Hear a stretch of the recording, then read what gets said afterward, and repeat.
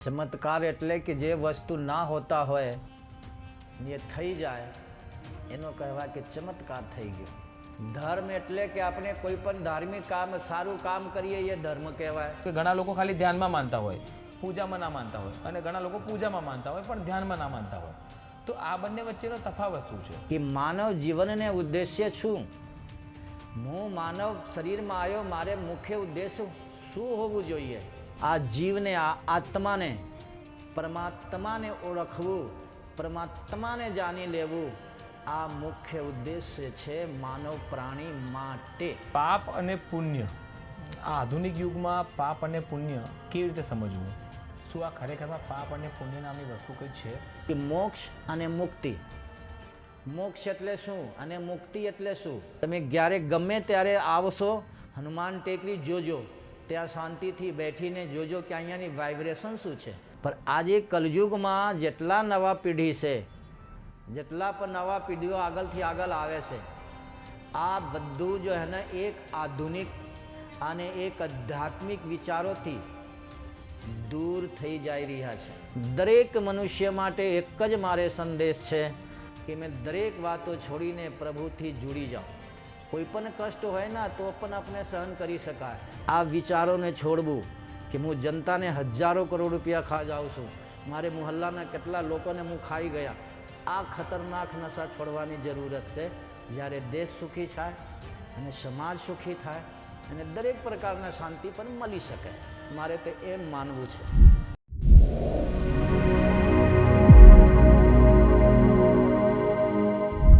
નમસ્કાર મિત્રો, આપ જોઈ રહ્યા છો ગુજરાત પ્લસ ન્યૂઝ ચેનલ.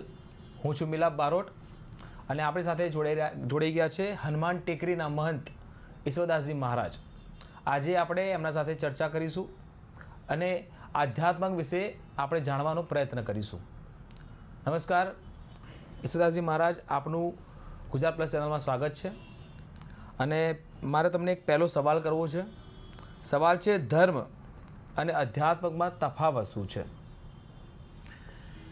जय जय सीताराम. खुश रहो, स्वस्थ रहो सभी श्रद्धालुओं, सभी दर्शनार्थियों, प्रभु प्रेमी भक्तों. आज मैं आया हुआ स्टूडियो में कुछ आध्यात्मिक चर्चाएं के लिए, कुछ आध्यात्मिक विचारों के लिए, आध्यात्मिक जानकारियों के लिए. तो आज मैं स्टूडियो में हूँ, आप सभी को सुनाएंगे कुछ आध्यात्मिक विचारें, कुछ धर्म की बातें. तो इस पे हम चर्चा करते हैं. तो आज की प्रश्न मेरा पास पहला ये आया है, ધર્મ અને અધ્યાત્મમાં તફાવત શું છે? ધર્મ અને અધ્યાત્મ में અંતર શું છે? ધર્મ અને અધ્યાત્મમાં અંતર શું છે? તો સજ્જનો, જहाँ તક મારે માનવું છે, મારે વિચારની, મારી કલ્પનાની, મારે ખોજ આધ્યાત્મિક વિચારો ઉપર, મારે એમ માનવું છે કે ધર્મ અને અધ્યાત્મ, ધર્મ એનો કહેવાય શકાય જે ધારણ કરવા યોગ્ય હોય. જિંદગીમાં હર વસ્તુ ધારણ કરવા યોગ્ય હોતો નથી, જિંદગીમાં હર વાત ધારણ કરવા હોતો નથી. ધારણ કરવા યોગ્ય, જે ધારણ કરવા યોગ્ય છે આપણી જિંદગીમાં, પેટેન્ટ વસ્તુ જેની ધારણ કરીએ, જેનાથી આપણે જિંદગી સારી રીતે ચલી શકાય, તો એનો કહેવાય ધર્મ. ધર્મ એટલે પરમાત્માની માર્ગનો પથિક. એ ધર્મની માર્ગ જે ચાલે એનો ધાર્મિક કહેવાય, એને ધર્મ કહેવાય. ધર્મ એટલે સત્ય. જે સત્યને પકડે, જે સત્ય ઉપર ચલે, એ ધાર્મિક માનવ કહેવાય. ધર્મ અને અધ્યાત્મ. આધ્યાત્મ. આધ્યાત્મ એટલે શું? આધ્યાત્મ જેવી રીતે કે એમ કહેવામાં આવે છે કે જો હું તો અધ્યાત્મને માનું છું, એટલે કે હું સત્યને માનું છું. જે સત્યને માને એ અધ્યાત્મ. પણ ધર્મ પહેલાં. ધર્મ અને અધ્યાત્મ બે એક સિક્કાના બે સ્વરૂપો છે. એવી રીતે ધર્મ અને અધ્યાત્મ છે. જે ધર્મને ધારણ કરે એ ધર્મ, અને જે ધર્મ ઉપર ચલે એ આધ્યાત્મિક. તેવી રીતે આમાં કોઈ ફરક નથી, લગભગ એક જ છે. બે સિક્કાના બે પહેલુઓ છે. એવી રીતે ધર્મ અને અધ્યાત્મ કહેવાય શકાય. બરોબર છે. ધર્મ અને અધ્યાત્મનો તફાવત તમે મને થોડો પડી ખબર. પણ કર્મ અને ભાગ્યમાં વધુ પ્રભાવશાળી કોણ છે મહારાજજી? કે કર્મ વધારે પ્રભાવશાળી છે કે ભાગ્ય વધારે પ્રભાવશાળી છે? કર્મ અને ભાગ્ય, આમ આપણે જોઈએ તો કર્મ એટલે જે કરીએ એ કર્મ, જે કરીએ એની જે ફલ આવે એ ભાગ્ય કહેવાય. જેવી રીતે કે હું કંઈક મહેનત કરું છું, જો મારી મહેનતના જે ફલ પ્રાપ્ત થાય છે, હું માન લો કે હું ક્યાં નોકરી કરું, હું નોકરી જે કાર્ય કરું, જે એનાથી જે પ્રાપ્ત થાય એ પૈસા, એ પગાર, એનો કહેવાય ભાગ્ય. ભાગ્ય એનો કહેવાય ફલ. એટલે કર્મના ફલ ભાગ્ય હોય છે. તો કર્મ પ્રભાવશાળી છે. શાસ્ત્ર પણ કહે છે કે કર્મ પ્રધાન વિશ્વ કરી રાખા, જો જસ કરે સો તસ ફલ ચાખા. એટલે કે કર્મની જે ફલ નીકળે એ જો હે કર્મ કહેવાય, અને જે કર્મ કરીએ એ ધર્મ કહેવાય. એમ એટલે આજના યુવાનો માટે ધર્મનું શું મહત્વ છે? ધર્મની મહત્વ બહુ છે. આજે કલયુગમાં દરેક ઇન્સાન લગભગ દરેક ઇન્સાન પરેશાનીના અનુભવ કરે છે, કષ્ટોના અનુભવ કરે છે, સુખ શાંતિ ચાહે છે, પણ સુખ શાંતિ મળતો નથી. માટે અધ્યાત્મની પકડ જરૂર કરવું જોઈએ, અધ્યાત્મની વાચન જરૂર કરવું જોઈએ, અધ્યાત્મ ઉપર જરૂર ચાલવું જોઈએ. એટલા માટે અધ્યાત્મની આજે જરૂરી છે દરેક મનુષ્યને. એટલે યુવાઓ માટે મતલબ ધર્મનું મતલબ આજકાલના યુવાઓ ધર્મને મતલબ ઓછું માનતા હોય છે, કાં તો જે માનતા હોય છે એ પ્રોપર ના માની શકતા હોય. તો યુવાનો માટે મતલબ કઈ રીતે ધર્મ માનવો, એમ કયો ધર્મ માનવો અને કેવી રીતે ધર્મ માનવો? કેમ કે એ ફૂલ ટાઈમ મતલબ આધ્યાત્મિકમાં ના જઈ શકે, કેમ કે જોબ પણ કરતા હોય, નોકરી પણ કરતા હોય, પછી ધંધો પણ કરતા હોય, તો અલગ અલગ બધી મતલબ હોય કામ હોય એમને. તો એ લોકો આધ્યાત્મિકને કેવી રીતે ફોલો કરી શકે? કેમ કે એમને તો ઓછો ટાઈમ હોય. તો શું એ થોડોક ટાઈમ આપીને બી ધર્મને અને આધ્યાત્મિકને ઓળખી શકે ખરા? ઓળખી શકાય. ધર્મ એટલે કે આપણે કોઈ પણ ધાર્મિક કામ, સારું કામ કરીએ એ ધર્મ કહેવાય, અને ધર્મને વિચાર ઉપર ચાલીએ એ ધાર્મિક કહેવાય. તો આપણે ધાર્મિક બનવા બહુ જ જરૂરી છે. અત્યારે હું 24 કલાક કામ કરું છું, પણ 24 કલાકમાં ક્યારે તો આપણે કલાક અડધો કલાક સમય મળે. તો કલાક અડધો કલાક સમય નિકાલી તે જે આપણી પરમાત્માની જે સાધના હોય, આરાધના હોય, ભજન હોય, એ ગમે તે પૂજા હોય કે પાઠ હોય, આ કરવું બહુ જ જરૂરી છે. કેમ કે એના વગર શાંતિ મળી શકતા નહીં. જિંદગી મેં અગર શાંતિ જોઈએ તો અધ્યાત્મની પકડવાની બહુ જ જરૂરત છે. અધ્યાત્મની પકડવાની મતલબ પરમાત્માની પકડી લેવાના. તો પરમાત્મા વગર તો આત્માને શાંતિ મળી શકતો નહીં. માટે આધ્યાત્મિક બનીએ, પરમાત્માની પથના પથિક બનીએ, તો એનાથી દરેક મનુષ્યોને શાંતિ મળે છે. ગમે તે જેટલા પરેશાની હોય, ગમે તે જેટલા મહેનત કર્યા હોય ને અશાંતિ હોય, પણ જ્યારે આપણે ધર્મની રાસ્તે ચાલીએ, જ્યારે આપણે અધ્યાત્મની રાસ્તે ચાલીએ, તો દરેક પ્રકારના શાંતિના અનુભવ થાય છે, સુખની અહેસાસ થાય છે, એવા માનવામાં આવે છે. અને એવા આપણે પણ એવી રીતે અહેસાસ કરીએ છીએ કે વગર અધ્યાત્મ પકડ્યા વગર, ધર્મની ધારણ કર્યા વગર કોઈ પણ માનવ પ્રાણીને શાંતિ મળી શકતા નથી.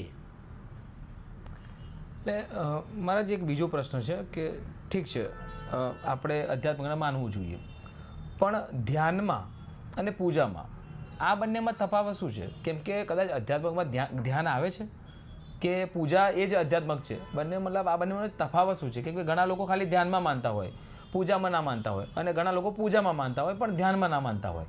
તો આ બંને વચ્ચેનો તફાવત શું છે? તફાવત એટલે કે અંતર. તો અંતર તો એટલો મારે જ્યાં તક માનવું છે, અમે જ્યાં તક જોયા છીએ, ધ્યાન ને પૂજા. તો ધ્યાન એટલે શું? ધ્યાન એટલે ભગવાનને ચિંતન કરવા. આ ધ્યાનમાં આપણે શું કામ હોય? મંત્રોની જાપ હોય, કે તો પરમાત્માની આપણે છબીના, એની તસવીરોના, એના વિગ્રહના જોઈએ, એનું નામ છે ધ્યાન. ધ્યાન ને મેડિટેશન એક જ છે. પણ જે પૂજા છે, પૂજા કોને કહેવાય?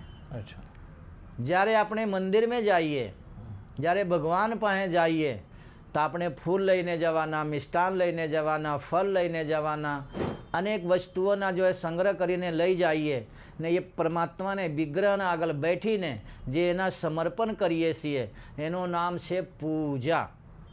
તો પૂજા અને ધ્યાનમાં બહુ ફરક છે. પૂજામાં દરેક વસ્તુઓની જરૂરત હોય છે અને ધ્યાનમાં કઈ વસ્તુની જરૂરત પડતો નથી. પણ એક વાત મારે માનવું છે, જ્યાં તક મારી અનુભવ છે, ધ્યાનથી પૂજા શ્રેષ્ઠ છે. કેમ કે પૂજાથી પરમાત્માએ એ આત્માથી જલ્દી પ્રસન્ન થાય છે. એવા શાસ્ત્ર પણ કહે છે અને મોટા મોટા ઋષિઓ પણ કહી ગયા છે. ને ધ્યાન તો કેવલ ધારણા છે, કલ્પના છે, વિચારો છે, પણ ધ્યાનથી પણ કંઈ ને કંઈ પરમાત્માના અનુભવ કરી શકાય છે. એવા મહારાજજી, આ જીવનનો વાસ્તવિક હેતુ શું છે? આપણે અહીંયા જન્મ્યા છે તો એનો વાસ્તવિક હેતુ શું છે? હા, કોઈ મનુષ્ય એ જાણી શકે? કેમ કે આપણે તો મતલબ ભાગદોડમાં જન્મ્યા અને એના પછી ભાગદોડમાં લાગી ગયા, ભણ્યા, પછી જોબ કરી, પછી લગ્ન કર્યા, પછી છેલ્લે મરી ગયા. પણ આનો વાસ્તવિક હેતુ શું છે? આધ્યાત્મિકની દ્રષ્ટિએ જીવનનો વાસ્તવિક હેતુ શું છે? મારે એ થોડું સમજવું છે. આ સારું પ્રશ્ન કહેવાય. अब तक જેટલા પ્રશ્ન થે બધામાં સૌ શ્રેષ્ઠ છે કે માનવ જીવનને ઉદ્દેશ્ય શું? હું માનવ શરીરમાં આવ્યો, મારે મુખ્ય ઉદ્દેશ્ય શું હોવું જોઈએ?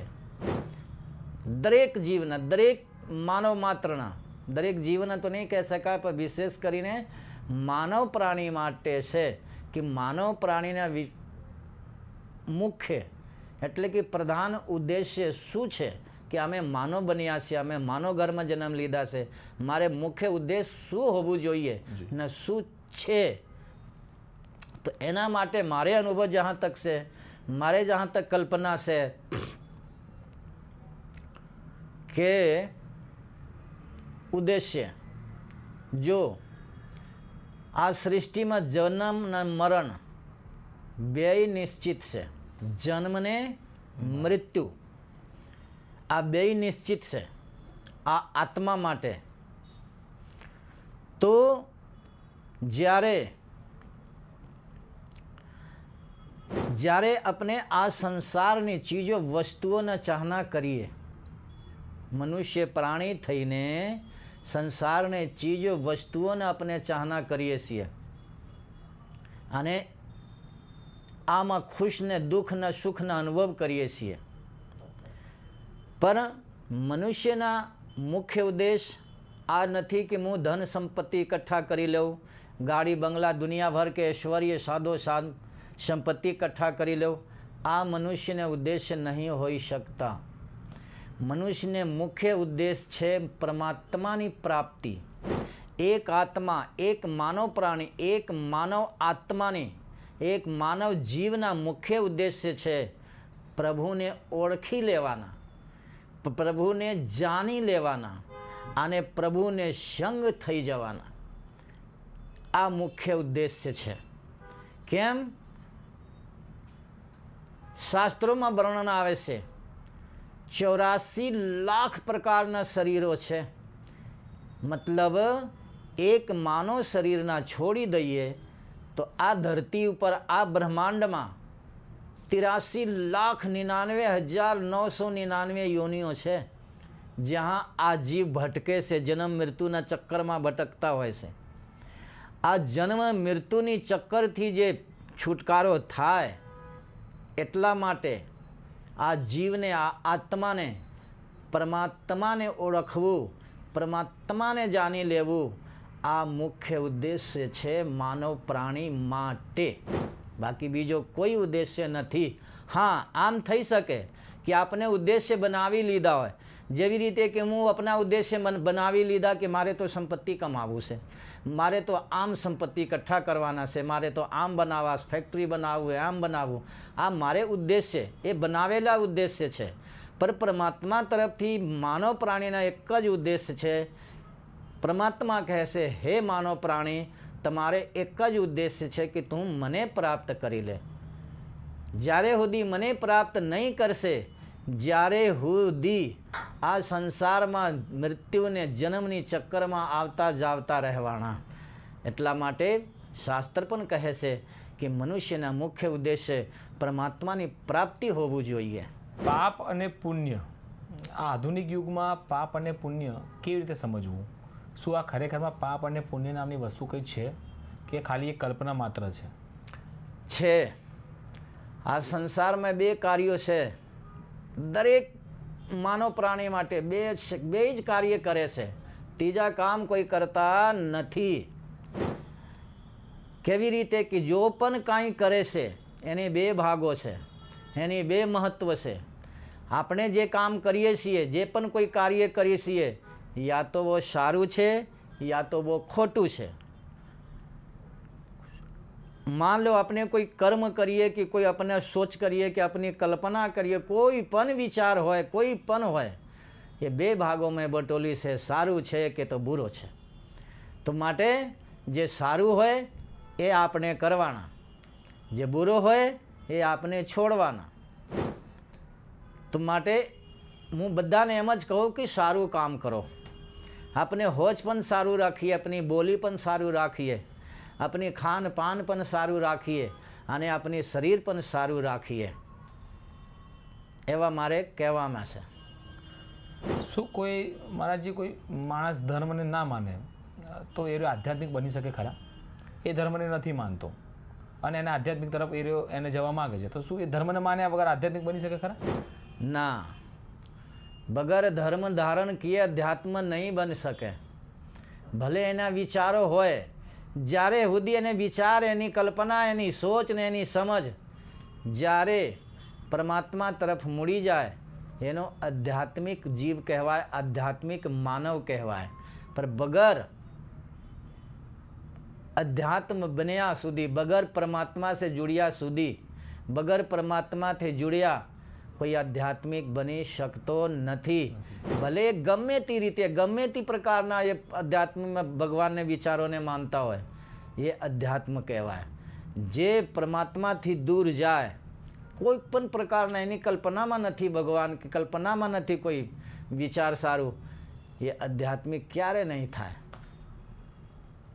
મહારાજી, આ આપણે હમણાં જોતા હોઈએ જે ચમત્કારો, અંધશ્રદ્ધા, તો શું ખરેખરમાં આ ચમત્કાર જેવી વસ્તુ છે કે ખાલી આ વાતો છે? કેમ કે ઘણા મહારાજો, ઘણા ઢોંગી મહારાજો હવે ચમત્કારના નામે ઢોંગ ફેલાવતા હોય છે. તો શું ખરેખરમાં ચમત્કાર જેવી વસ્તુ છે કે માત્ર એ ખાલી કલ્પના છે અને લોકોને ઉલ્લુ બનાવી રહ્યા છે લોકો? ચમત્કાર એટલે શું? ચમત્કાર એટલે કે જે વસ્તુ ના હોતા હોય ને એ થઈ જાય, એનો કહેવાય કે ચમત્કાર થઈ ગયો. જેવી રીતે મારે કોઈ મોટો કામ પડ્યો હતો, કઈ કરોડોના કામ પડ્યા હતા, એ બગડી રહ્યા હતા. હું કંઈ દેવસ્થાન ગયો, હું કંઈ કોઈક સંતને પાસે ગયો ને એ કંઈ ને કંઈ આપણે ઉપાય બતાવવા કે બાપુ એમ કરજો, ને આપણે કર્યા ને એ કર્યાને પછી આપણે કામ થઈ ગયો. તો આપણા માટે કહીએ કે લો ચમત્કાર થઈ ગયો. હું ફલાને મંદિરમાં ગયા, બાપુને ધારણા કરી, પરમાત્માને ધારણા કરીને મારે કામ થઈ ગયું, મારે માટે તો ચમત્કાર થઈ ગયો. પર ચમત્કાર એક શબ્દ છે, ચમત્કાર નથી. આ તો પરમાત્માને કૃપા કહી શકાય કે જે સંત પાસે આપણે ગયા હોય ને, એની જોગ સંજોગો એવી હોય ને, આશીર્વાદ મળી ગયા હોય ને, તો એ કામ કરે છે. એ ચમત્કાર નથી. અને એના કામ કેમ કરે? કેમ કે એની પ્રાર્થના પરમાત્માએ કંઈ કર્યા હોય, પરમાત્માથી સાંભળી ગયા હોય, એ જોગ સંજોગોની વાત છે કે એની પ્રાર્થના સ્વીકાર થઈને અગલેને કામ થઈ. આ કોઈ ચમત્કાર નથી કહી શકાય, આ પરમાત્માની કૃપા કહી શકાય. કેમ કે એના પાછળ મારે શ્રદ્ધા અને મારે વિશ્વાસ જોડેલા છે, એટલા માટે એને કામ થાય છે. ચમત્કાર નહીં કહી શકાય એનું, મારે વિચારથી. જે દુઃખ અને કષ્ટ, એને ધર્મ કેવી રીતે સમજાવે છે? ધર્મનું શું માનવું છે દુઃખ અને કષ્ટ? દુઃખ ને કષ્ટ બે ભાગો છે, બે વાતો છે. દુઃખ ક્યારે હોય છે અને સુખ ક્યારે હોય છે, બે ભાગો છે. એમ શાસ્ત્ર કહે છે કે આપણે સારું કર્મ કરેલા હોય પૂર્વ જન્મમાં, કે અત્યારે પણ સારું કર્મ કરતા હોય કોઈ, તો એની જો પરિણામ આવે છે, એની જો ફલ મળે છે, જો એની પ્રાપ્ત થાય છે, એનો સુખની અનુભવ થાય છે, એની શાંતિનો અનુભવ થાય, તો એનું કહેવાય કે સુખ. અને દુઃખ એટલે શું? દુઃખ એટલે કે આપણે કોઈ પણ કામ કરીએ અને બગડી જાય, ગમે તે આપણે પ્લાન બનાવીએ અને ફેલ થઈ જાય, તો એનાથી દુઃખની અહેસાસ થાય છે, દુઃખની અનુભવ થાય છે કે મારે આમ કામ બગડી ગયો, કે મારે આ વસ્તુ જાતા રહ્યા, કે આ વસ્તુ ખોવાઈ ગયા. એટલી જ એવી એના જો કાર્ય થવા પછી જે આપણી કલ્પનામાં આવે છે એનો કહેવાય દુઃખ. પણ દુઃખ પણ છે અને સુખ પણ છે. તો દુઃખ છે કોઈ પતા નથી, ક્યારે કર્મ કરેલા હોય ખોટું તો એનાથી દુઃખ થાય, અને ક્યારે કયા જન્મમાં ક્યારે આપણે સારું કર્મ કર્યા હોય એનાથી જો ફલ મળે એની સુખ કહેવાય. તો દુઃખ ને સુખ બેયો છે, એ કર્મની આધારે છે. જેવા કર્મ કરીશું એવી ફલ મળશે. તો એટલા માટે કહેવાય છે કે સારું કર્મ કરવું જોઈએ, જેની પરિણામ આપણે સારું આવે. તો પાપ પણ છે અને પુણ્ય પણ છે, કષ્ટ પણ છે અને સુખ પણ છે. આ કર્મો આધાર છે. અને જે મોક્ષ અને મુક્તિનો વાસ્તવિક અર્થ શું થાય છે? મોક્ષ અને મુક્તિનો વાસ્તવિક અર્થ શું થાય છે? મોક્ષ ને મુક્તિ, મોક્ષ શું છે અને મુક્તિ શું છે? સૌથી પહેલાં તો આપણે આમ સોચીએ કે મોક્ષ અને મુક્તિ. મોક્ષ એટલે શું અને મુક્તિ એટલે શું? મોક્ષ એ આખરી પોઈન્ટ છે, જીવના આખરી પોઈન્ટ છે મોક્ષ. મોક્ષ થયા પછી જીવના આપણી અસ્તિત્વ કાંઈ રહેતો નથી, એની સ્વયંની અસ્તિત્વ નથી. એનો કહેવાય મોક્ષ. એટલે ऐसा માનવામાં આવે છે, શાસ્ત્ર પણ વર્ણન કરે છે કે જીવના સ્વરૂપ છે ને જ્યોતિ સમાન છે. જ્યારે એ આત્મજ્યોતિ પરમાત્માના વિલીન થઈ જાય તો એનો મોક્ષ કહેવાય. અને ઠીક इसी तरह મુક્તિ પણ કહેવાય. મુક્તિ એટલે શું? કોઈ પણ કામ, જેવી કોઈ કામ કર્યા હોય, કરતા હોય ને કામ પૂરો થઈ જાય કે બોલે ચલો આ કામથી મુક્તિ થઈ ગયા, એટલે કે પૂરો થઈ ગયા. તો સંસારમાં આવું જાવું જીવન મરણની ચક્કરથી જે બચી જાય, હટી જાય, એનાથી એને કહેવાય મુક્તિ મળી ગયા, કે એનાથી તો મુક્તિ થઈ ગયા. મુક્તિ ને મોક્ષ એક જ રૂપ છે, એક જ સિક્કાના બે પહેલુઓ છે. આ બાજુ દેખીએ તો એમ, આ બાજુ દેખીએ એમ, પર છે એક જ સિક્કા છે. તેવી રીતે મુક્તિ એટલે કે મુક્ત થઈ ગયા જીવન મરણથી, એનો મુક્તિ કહેવાય. અને મોક્ષ એટલે શું? એ આત્મા પરમાત્માના વિલીન થઈ ગયા, એનું મોક્ષ કહેવાય. મોક્ષ और મુક્તિમાં કોઈ અંતર નથી. સિર્ફ કહેવામાં આવે છે કે એની મોક્ષ થઈ ગયા અને એની જન્મ મરણથી મુક્તિ થઈ ગયા. આપણે પણ ક્યારે ક્યારે પરમાત્માથી કહીએ છીએ. ઘણા લોકો એવા કહે છે, હે પ્રભુ હવે તો મને બસ મુક્તિ આપી દો, કે કોઈ એમ કહે છે કે હે પ્રભુ હવે મને તો મોક્ષ જોઈએ. દોનો એક જ ચીજ છે. પર મોક્ષ પામી લેવું અને મુક્તિ થઈ જવું, મુક્ત એટલે આ સંસારથી બંધનથી મુક્ત થઈ જવું, એટલી આસાન નથી. એટલી આસાન નથી. કેમ કે મારે ઋષિઓ હજારો વર્ષ તપસ્યા કરતા હતા, તો પણ એને મુક્તિ મળતા નહીં, તો પણ એને મોક્ષ મળતા નહીં. તો એટલી આસાન નથી મોક્ષ પામી જવું અને મુક્ત થઈ જવું સંસારથી, એટલી આસાન નથી. પણ મોક્ષ પણ છે અને મુક્તિ પણ છે, બેય વસ્તુઓ છે. મહારાજજી, અત્યારે હાલમાં તમે જે મંદિરના મહંત છો, હનુમાન ટેકરી મંદિર છે, તો એ હનુમાન ટેકરી હનુમાનજીનું જે મંદિર છે તેનું મહત્ત્વ શું છે અને ક્યારથી એ મંદિર બન્યું અને એ મંદિરના કેવા અલગ અલગ મતલબ વિશેષતા શું છે અને ત્યાં આગળ લોકો કેમ આટલી આસ્થાથી લોકો ત્યાં જોડાઈ ગયા છે? તો આ વિશે તમારું શું કહેવું છે? આ વિષય ઉપર હું એમ કહેવા માંગુ છું, જો દરેક જ્યાં પરમાત્માની વિગ્રહ હોય કે પરમાત્માની મૂર્તિઓ સ્થાપિત હોય એનું મંદિર કહેવાય, એના આશ્રમ પણ કહેવાય. તો મંદિરના આશ્રમ એક જ છે. अब रही बात कि कौन है मंदिर, क्या क्या प्रभावशाली છે. अब रही बात મારે આશ્રમની, મારે આશ્રમ એટલે કે હનુમાન ટેકરી નરેન્દ્ર મોદી ક્રિકેટ સ્ટેડિયમમાં આવેલા છે હનુમાન ટેકરી આશ્રમ મંદિર. તો અહીંયાની મહત્ત્વ શું મને તમે બતાવો કે અહીંયાની મહત્ત્વ એમ છે કે આજથી લગભગ 100 વર્ષ પહેલાં સીતારામ બાપુએ આવ્યા હતા ભારત ભ્રમણ કરતાં કરતાં ગુજરાત પ્રદેશમાં. તો ગુજરાત પ્રદેશમાં આવી અમદાવાદ જે નગર છે, અમદાવાદ જે શહેર છે એના જોઈ જાય અને પછી એ આગળ જવાના વિચાર કરતા. એ નદી કિનાર કિનાર જતા હતા. તો એ જગ્યાએ જ્યાં અત્યારે મંદિર છે એ જગ્યાએ જ્યારે સીતારામ બાપુ પહોંચ્યા તે જગ્યાએ એની આકર્ષણ લાગી. આકર્ષણ કે બહુ સારું લાગ્યું કે અહીંયા કંઈક ને કંઈક અધ્યાત્મનો વાઇબ્રેશન છે. એવી રીતે વિચાર કરીએ સીતારામ બાપુએ ત્યાં તપસ્યા શરૂ કરી. ત્યાં બેઠીને ધૂણા જગાડીને તપસ્યા કરતાં કરતાં વર્ષો થઈ ગયા. તો જે અહીંયાની જે વાઇબ્રેશન છે એક આધ્યાત્મિક વાઇબ્રેશન હોય, એક આધ્યાત્મિક તરંગો હોય છે. એ દરેક મંદિરોમાં કે દરેક આશ્રમોમાં કે દરેક જગ્યા ઉપર પ્રાપ્ત નહીં થાય છે.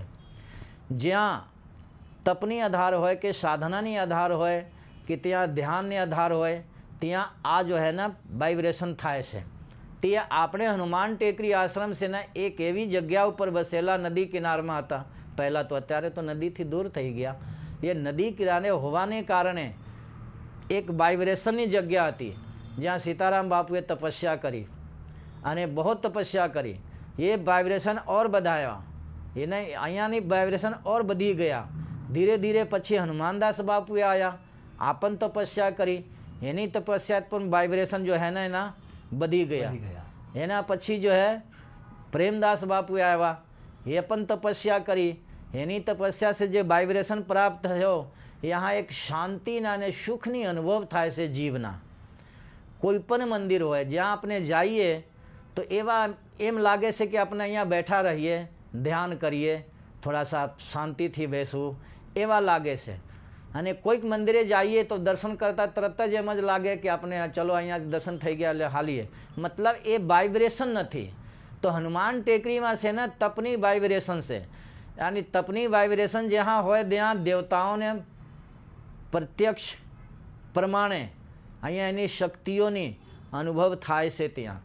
એટલા માટે લોકો જાય છે, દર્શન કરવા જાય છે ને એની કામ બને છે. જે પણ એની કલ્પનાની વાતો હોય છે એ ભગવાન આગે રાખે છે, એની પૂરો થાય છે. એની ઈચ્છા પૂરો થાય છે તો લોકો જવાના. એટલે બાર લોકો જાય છે. અત્યારે હનુમાન ટેકરીમાં એવી વાઇબ્રેશન છે ત્યાં. તમે જ્યારે ગમે ત્યારે આવશો હનુમાન ટેકરી જોજો, ત્યાં શાંતિથી બેઠીને જોજો કે અહીંયાની વાઇબ્રેશન શું છે, આ વાઇબ્રેશનની કારણ શું છે. તો આ વાઇબ્રેશનની કારણ છે તપ, સાધના અને આરાધના, ભગવાનની પાઠ ને પૂજા. એટલા માટે અહીંયાની મહત્ત્વ આજે છે. મારો એક છેલ્લો પ્રશ્ન છે કે આજના યુવાનોને કઈ દિશા તરફ વળવું જોઈએ? અને આજના યુવાનોમાં અત્યારે નશીલા પદાર્થનું આપણને પ્રમાણ જોવા વધારે મળતું હોય છે. તો એ આધ્યાત્મિકથી કેવી રીતે કંટ્રોલ કરી શકે? કે ઘણા લોકોને એવી ઈચ્છા હોય કે ભાઈ મારે નશો નથી કરવો, પણ એમને એક આદત પડી ગઈ હોય. તો આધ્યાત્મિકથી એ વસ્તુ કેવી રીતે દૂર થઈ શકે છે? કેમ કે મેં ક્યાંયને એવું સાંભળ્યું છે કે આધ્યાત્મિકથી નશો પણ દૂર થઈ શકે છે. તો આ નશો પકડી લઈએ તો શું આ નશો દૂર થઈ જાય?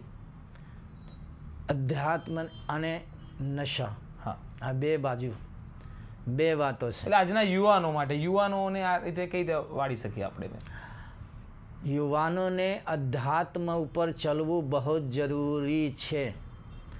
અધ્યાત્મ પકડ્યા વગર, અધ્યાત્મની માર્ગે ચલ્યા વગર આ જિંદગી, માનવ જિંદગી છે ને, આ બ્રહ્માંડને જો આ ધરતીનો જિંદગી છે ને એ સમજમાં નહીં આવે કે હું કેવી રીતે જીવું, શું ખાઉં શું ન ખાઉં, કેવી રીતે જીવવું કેવી રીતે ના જીવવું. અત્યારે આ પ્રશ્ન છે. પણ આજે કલયુગમાં જેટલા નવા પેઢી છે, જેટલા પણ નવા પેઢીઓ આગળથી આગળ આવે છે, આ બધું જો હે ને એક આધુનિક અને એક આધ્યાત્મિક વિચારોથી દૂર થઈ જઈ રહ્યા છે. કેમ કે એનામાં અંદરમાં અધ્યાત્મ નથી. અધ્યાત્મ કેમ નથી? કેમ કે અધ્યાત્મને ચાહત નથી. ચાહત કેમ નથી? કેમ કે સંસારને ચીજ और વસ્તુઓમાં પ્રેમ છે. અધ્યાત્મમાં પ્રેમ નથી, પરમાત્માથી પ્રેમ નથી. એટલા માટે ચીજો और વસ્તુઓ તરફ લોકો ભાગે છે. અને ચીજો અને વસ્તુઓ, દુનિયાના કોઈ પણ વસ્તુ આપણે શાંતિ દઈ શકતો નથી. અને શાંતિ વગર મનુષ્ય જિંદગી નકામો છે. માટે દરેક યુવાનો કહેવાના ચાહું છું, દરેક યુવાન ભાઈઓને કહેવા માંગુ છું કે તમારે જિંદગીમાં શાંતિ ને સુખની અનુભવ કરવું હોય ને તો પરમાત્માથી જુડી જાઓ, અધ્યાત્મથી જુડી જાઓ, તો કંઈક ને કંઈક રસ્તા મળી જાય. અન્યથા આ કલયુગ છે ભાઈ, આ ચીજ વસ્તુઓના મન ज़्यादा ભાગે છે. પરમાત્મા તરફ શાંતિ લેવા તરફ જો હે મન ભાગતો નથી.